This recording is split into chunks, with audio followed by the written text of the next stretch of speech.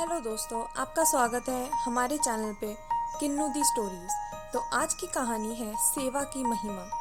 रविंद्रनाथ ठाकुर की एक रचना बड़ी ही सीख देने वाली है। एक आदमी को रात में सपने में भगवान दिखाई दिए। उन्होंने उससे कहा कि जाओ, अमुक जगह पर एक साधु रहता है, उससे मिलो। उसके पास एक हीरा है, उसे ले लो। उस आदमी को लगा भगवान की बात सही हो सकती है। सो अगले दिन उसने सवेरे उठकर उनके बताए स्थान पर साधु की खोज की। संयोग से साधु मिल गए। उसने उन्हें सपने में भगवान के दर्शन देने और उनसे मिलकर हीरा लेने की बात बताई। साधु ने कहा, हाँ ठीक है, जाओ, वहाँ नदी किनारे पेड़ के नीचे हीरा पड़ा है, उसे ले लो। आदमी वहां गया। उसने अचरज की सीमा ना रही जब उसने देखा कि पेड़ के नीचे सचमुच बड़ा कीमती हीरा पड़ा है। उसने हीरे को उठा लिया। खुशी से उसका दिल नाचने लगा। अचानक उस आदमी के मन में एक विचार पैदा हुआ। साधु ने यूं ही ऐसे हीरा क्यों डाल रखा है जमीन पे? जरूर उसके पास इस हीरे से भी मूल्यवान कोई चीज है, जिसने ऐसी अनमोल चीज को मिट्टी के मोल बना दिया है। ये हीरा तो आज है, कल नहीं। मुझे वही चीज प्राप्त करनी चाहिए जो हीरे से भी बढ़कर है। इतना सोच उसने हीरे को नदी में फेंक दिया और साधु के पास चला गया। ये घटना कवि के दिमाग की कोरी कल्पना नहीं है। इसमें बहुत बड़ी सच्चाई है। जिसके पास धन से भी कीमती कोई दूसरी चीज होती है, उसे धन फीका लगता है। किसी बुद्धिमान ने ठीक ही लिखा है, जिसके पास केवल धन है, उससे बढ़कर गरीब और कोई नहीं है। एक महान व्यक्ति ने कितनी बढ़िया बात कही है, मुझसे धनी कोई नहीं है, क्योंकि मैं सेवा भगवान के लिए करता हूँ और किसी की सेवा नहीं करता। मैं भगवान के सिवाय और किसी का दास नहीं हूँ। ये जानते हुए भी कि आदमी के आगे धन दौलत की कोई कीमत नहीं, आज सभी समाजों में, सभी देशों में पैसे का बोलबाला है। अमेरिका के पास बहुत धन है, पर वह और धन चाहता है। रूस के पास उतना पैसा नहीं है, लेकिन वह चाहता है कि उसके देशवासी खूब खुशहाल हों। यही हाल दूसरे बहुत से देशों का है। वे सब दिन रात पैसे की होड़ में दौड़ रहे हैं। जानते हैं इसका नतीजा क्या है? इसका नतीजा ये है कि अमेरिका में बहुत से लोग रोज रात को नींद की दवा लेकर सोते हैं। उनके जीवन में सहजता नहीं है। जिसके जीवन में उतावली या उलझन है, उसे नींद कहाँ से आएगी? दुनिया आज हैरान है, क्योंकि उसका मुंह दौलत की ओर है। यहाँ दौलत से मतलब सिर्फ रुपए पैसे से नहीं, सुख सुविधा की बाहरी चीजों से भी है।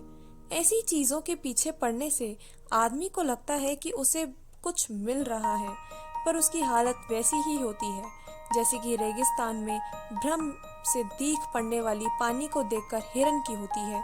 यही तो है मृग तृष्णा। वह उसकी ओर दौड़ता है, पर पानी हो तो मिले। बेचारा भटक भटक कर प्यासा ही प्राण त्याग देता है। हम कह चुके हैं, संसार में जितने साधु संत महात्मा और बड़े लोग हुए हैं, उन्होंने धन से जो कीमती चीज है उसे पाने की कोशिश की है, अपनी आत्मा को ऊंचा उठाने की कोशिश की है, अपनी बुराइयों को दूर करने का प्रयत्न किया है और अपने सामने सदा ऊंचा उद्देश्य रखा है। सोचने की बात यह है कि अगर पैसे में और पैसे के वैभव में इतना कुछ नहीं है, तो भगवान बुद्ध क्यों घर बार छोड़कर ऐसे घूमते? क्यों भगवान महावीर राजपाट का त्याग करते? ये तो 2500 वर्ष पुरानी बात हुई। आज के जमाने में ही देखा जाए तो गांधी जी हैं। उन्होंने सारे आडंबर छोड़ दिए थे, सादगी का जीवन बिताया। वे समझ गए थे कि जो आनंद सादगी के जीवन में है, वो पैसे की जिंदगी में नहीं। वे चाहते तो अच्छी खासी कमाई कर सकते थे, लेकिन उस हालत में वे गांधी ना होते, वह अमर ना होते। उन्होंने पैसे का मोह त्यागा और बड़े बड़े काम किए। दुनिया में उनका नाम अमर हो गया। आपको याद होगा, प्रसिद्ध वैज्ञानिक आइंस्टाइन ने लिखा था, आगे आने वाली पीढ़ियां मुश्किल से विश्वास कर पाएंगी कि इस धरती पर हाड़ मांस का बना गांधी जैसा व्यक्ति कभी चलता फिरता भी था। असल में उन्होंने सोना नहीं जुटाया, उन्होंने वह पारस मणि प्राप्त की जिसे छूकर सब कुछ सोना बन जाता है। जिसके पास ऐसी मणि हो, उसके पास और किसी चीज की कमी नहीं हो सकती। लेकिन ये पारस मणियों को प्राप्त करना इतना आसान भी नहीं है। इसके लिए बड़ी साधना की जरूरत होती है। सोना तपने पर कंचन बनता है, ठीक यही बात आदमी के साथ भी है। हमारे धर्म ग्रंथों में कहा गया है कि इस दुनिया में सबसे दुर्लभ है आदमी का शरीर। सारे प्राणियों में आदमी को ऊंचा माना गया है, और वह इसलिए कि आदमी के पास बुद्धि है, विवेक है। संसार में जितनी इजादें हैं उनमें सबसे दुर्लभ है व्यक्ति की बुद्धि। आप सवेरे दिल्ली में नाश्ता करके चलते हैं, दोपहर का खाना मास्को में खाते हैं, हजारों मील की यात्रा घंटों में हो जाती है।